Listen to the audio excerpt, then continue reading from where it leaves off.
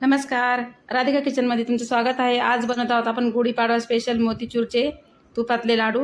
इथं मी एक मोठा चमचाभर बेसन घेतलेला आहे आणि अर्धा चमचाचे थोडंसं वर आपल्याला पाणी लागलेलं आहे। थोडासा फूड कलर पण टाकलेला आहे त्याच्यात मी, आणि ते तूप टाकलेलं आहे आपल्याला तळण्यासाठी। आणि इथे मी मोठी माझ्याकडे झाऱ्या होता ते पण घेतलाय, म्हणजे मी ट्राय करत होते की कुठल्या यानं एकदम आपल्याला छोटे छोटे येते, तर ते त्यांना खूप छान येत होते, मग मी त्यांनाच बुंदी पाळली।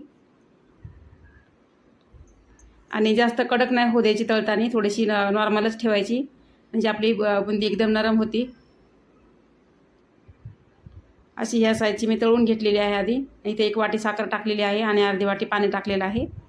आणि मी बारीक बुंदी काढलेली पण मी थोडीशी अजून परत मिक्सरला एकदा थोडीशी भरड करून घेतली, म्हणजे ते मोतीचूरचे लाडू वाढते ना आपले म्हणून।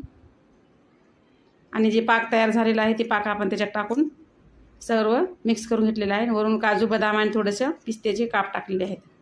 आता आपण लाडू वळून घेऊ।